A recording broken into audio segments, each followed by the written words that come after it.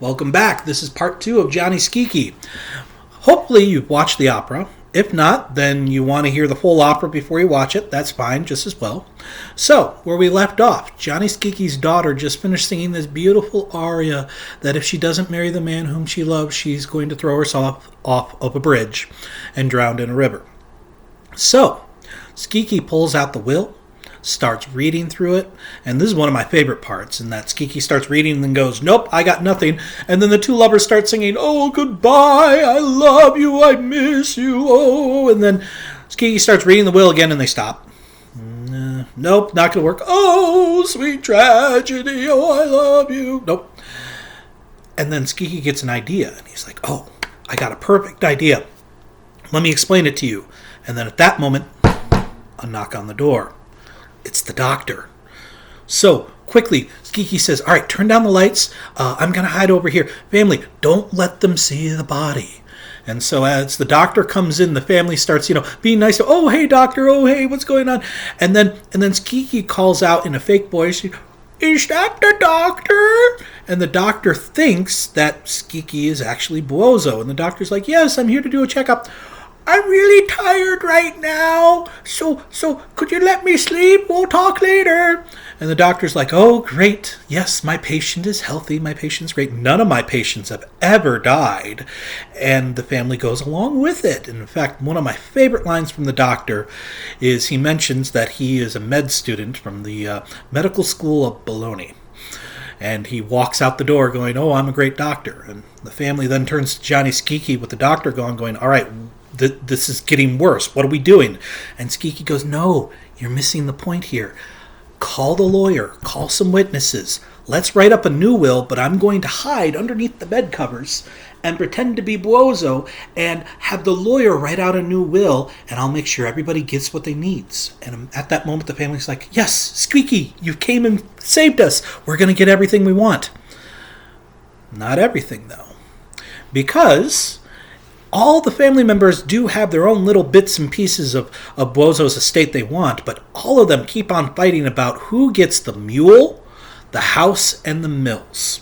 Who does that go to? And eventually they say, "Well, let's let Schicchi to decide." And as they're dressing him up and putting on Buoso's bedclothes and putting on his cap, family member reaches over and goes, "If you leave me the house and the mills and the mule, I'll give you some money." And Schicchi's like, "All right, sure, deal." And then another family member goes over and goes, "I'll pay 5 times the amount of money if you leave it to me." "All right, sure. I'll shower you in gold." So the whole family is all bribing Schicchi to give him the house, the mills, and the mule. Well, before Schicchi finally climbs into bed, he turns to the family members and says, "Listen, you need to understand this. What we're about to do is very, very illegal. And in fact, according to the law, if you make a false will and you steal by using a will, the penalty in Florence is they will cut off your hand and banish you, and you are no longer a citizen of Florence. And so even though what we're about to do is wrong, we need to know that in our heart of hearts as people, we are technically leaving Florence. So could you please join me in saying goodbye to Florence? Goodbye.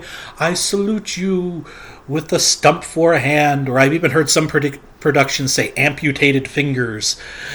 And the family is like, "Sure, bye, Florence." Crazy.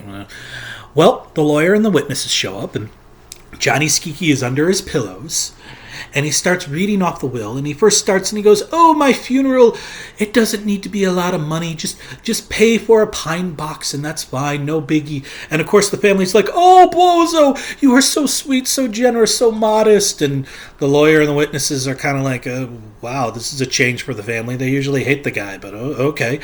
All right, and let's not forget charity to the monastery, to the friars. I leave $5." And before the lawyer and the witnesses could say anything, the family goes, "Oh, what a gracious, generous man. Oh my goodness, I never knew his heart could be so big." So you can see the family is playing along with Schicchi, and he starts listing off the properties, and he starts giving the properties to the right people. "Oh, to this farm I give to my niece," and she stands up, "Oh, Schicchi, you're wonderful, it's great." And then it finally gets down to the 3 things we've been talking about: the house, the mills, and the mule.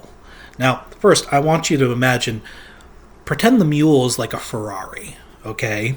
So there he is, pretending to be Jeff Bezos. My Ferrari I leave to Gianni Schicchi.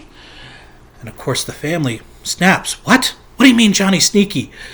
Sneaky. Gianni Schicchi.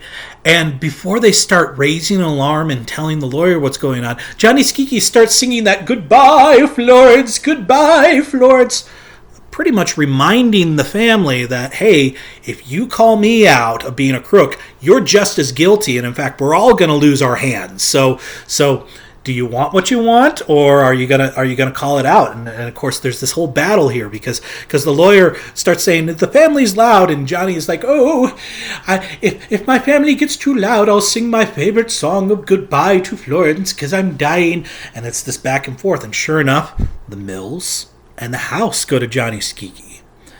And as a final little rub it in the nose, Gianni Schicchi, dressed up as Bozo, turns to one of his family members and says, "Oh, please pay the lawyer this huge amount, as well as the witnesses. They have witnessed something good here." And of course, the family has to go along with it. And you can see that they're really mad, like, pay them money. And the moment they leave, they immediately start shouting, "Robber, robber, robber, robber." But what does Schicchi say? "Get out of my house! It's mine! Get out! Get out! Go! Leave! Leave!" And in fact, as the family are leaving, they're trying to steal all the silverware and trying to steal the upholstery. They're trying to steal things out of the house. And Johnny's like, "No, it's mine! I won this house. I stole it fair and square." And then the end of the opera is one of the parts that I actually really, really love. And that is Gianni Schicchi breaks the fourth wall. If you imagine, if you see an opera play, there's the backstage wall and the walls on the side. The fourth wall is technically the wall which the audience is seeing through. And what Gianni Schicchi is doing is talking to the audience. So he breaks the fourth wall, and he turns to the audience and says, "Did you have a good time tonight? The things that I have done are guilty. I should burn in the inferno for doing this. But if you enjoyed it, could you please be my jury and give me a verdict of not guilty?" And at that moment, the curtain goes down and the audience applauds. And there we go. That's Gianni Schicchi. Some of my favorite parts are very much the reading of the will. Both when the family reads it, you can actually hear it in the music. They're reading along, and then you can actually hear it in the music when they reach to the part when they realize that they're not getting here. When Gianni Schicchi reads the will, when his daughter and the leading man, when he says, "Nope, can't help you," and they start singing this dramatic piece. Doesn't that sound like young lovers? "Oh, Daddy, oh, I want to marry him." Oh, it's just great. I hope you enjoyed this opera as much as I did, and maybe we can do a few more. Thank you very much.